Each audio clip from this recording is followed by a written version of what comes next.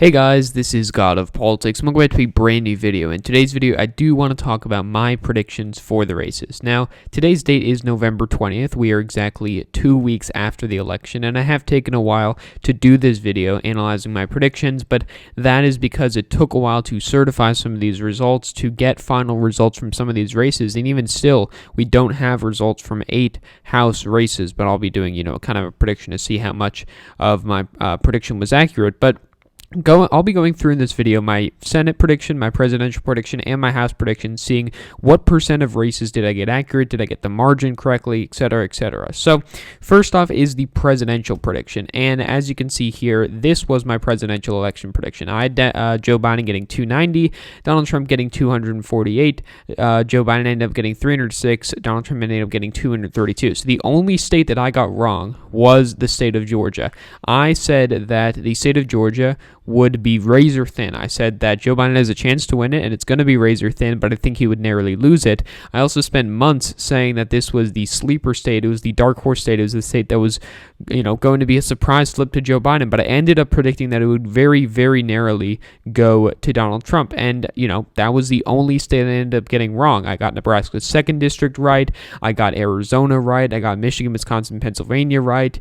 I got a lot of these margins right, too. I got the Texas margin a little off, the Florida margin a little off, the Ohio, Iowa, Minnesota off, but, I also predicted Virginia correctly. I predicted New Hampshire correctly. I predicted Nevada and Arizona correctly. So, overall, I'm pretty confident in my presidential prediction. It was more accurate than most, You want to compare it to some of these other people. I won't name any names, but some people who got, 8 or so states wrong, 5 for some other people, things like that. And this was a prediction that was made by many, 290 to 232, but they also had, certain states going by larger margins than people expected them to. People had, states like Wisconsin as likely margins.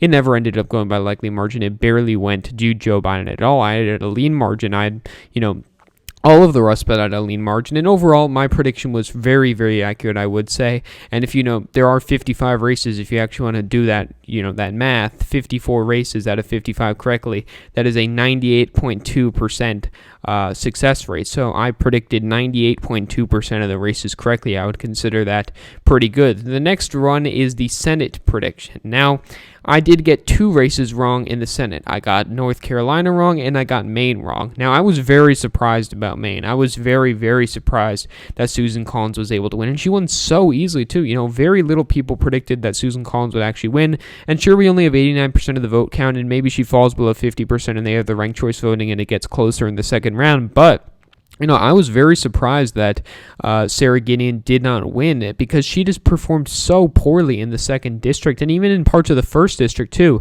That there was virtually no metrics showing that Susan Collins would win.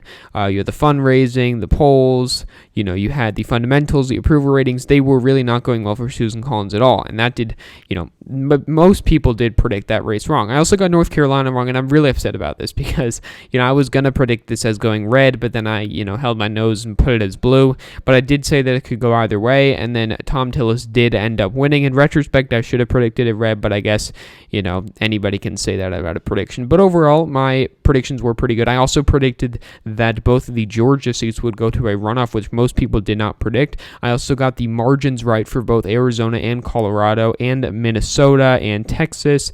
Montana was a big surprise as well, how Republican that turned out to be. But overall, for my Senate prediction, I ended up being 94.3% accurate. So again, I called most of those races right as well. We had 35 races. I called 33 of them correctly. I'm also pretty confident about that. But now getting into my House prediction. Now this was a very, very difficult one to do. House predictions are always difficult. And in this election, we did have many surprises. I do have the map with the margins, but it's, pretty difficult to see a lot of these races. So I'm just going to look at it from this. The states that are colored in as likely are states I projected to flip. I predicted the Democrats would flip 9 seats, Republicans would flip 4. Democrats ended up only flipping 1 seat, or I guess you could say 3. They predicted they flipped the 2 North Carolina seats and the Georgia seat. But I ended up getting 15 races wrong. The states that I got wrong were California's 21st, which I assume is going to stay Republican. They haven't called it yet, though. California's 25th, as well as, if we zoom in a little bit more here, California's 48th, California's 39th. Those were two big surprises as well. New Mexico's 2nd, which I probably should have predicted, right? Texas is 23rd, Texas is 21st, Texas is 22nd, as well as Iowa's 1st, and Iowa's 2nd is like 47 vote margin right now, but that'll be interesting there, as well as Florida 26th and Florida 27th, which I believe were easily the biggest surprises of the night. You also had South Carolina's 1st, which I really could have gone either way. I was surprised about that though, as well as New Jersey's 2nd and New York's 2nd. New York's 2nd could go blue at this point, but it's going to be hard to tell. I do think that New York's 22nd will go blue at this point. There's still a lot of ballots to hand, and Brindisi has tightened it a lot, but overall 15 races wrong out of 435 House seats. That's a 96.6% success rate.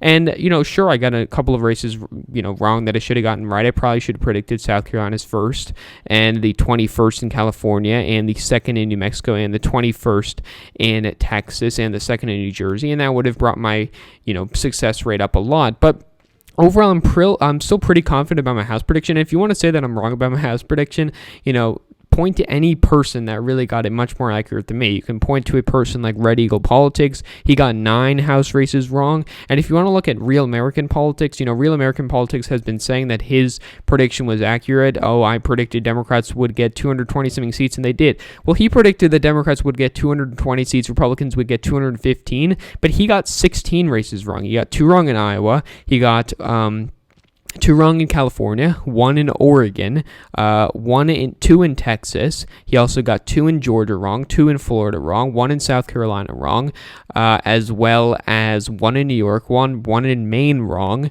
as well as 1 in Pennsylvania wrong. So, and as well as 1 in Michigan wrong. So he got 16 races wrong, which is more than me, even though he predicted Democrats to get 220 seats. So you really have to look at the district by district analysis. I did get a lot of these swing districts right. I predicted Utah's 4th correctly. I predicted Oklahoma's 5th correctly. I did predict a lot of those. I predicted Georgia's 7th correctly. And so, you'd have to give credit where credit's due. But overall, I would say my predictions were probably the most accurate out of anybody. I'm not trying to brag too much about it, but you can just look at it objectively. Nobody's going to get everything right, but I got almost everything right at the presidential level. I got most things right at the Senate level, and I got most things right at the House level. So overall, I do think that my predictions were the most accurate. You can line it up against anybody else's prediction, and I do believe that is what you will see. Again, the presidential predictions are most important, and that is where I did perform best. For example, I didn't want to name names, but Red Eagle Politics got 5 races wrong. Real American Politics got 8 races wrong. That's quite poor. I only got 1 race wrong, and I said it would be razor thin from the start. So overall, I'm confident in my predictions. I think I did well. I think I did better than anybody else, and you can, quote somebody if they did better than me, and I will certainly acknowledge them for that. But anyway, thank you all for watching this video. Please like this video and subscribe to the channel. Also, follow me on Twitter and join the Discord. Those are both linked down in the description. But again, guys, thank you all for watching this video, and I will see you guys later.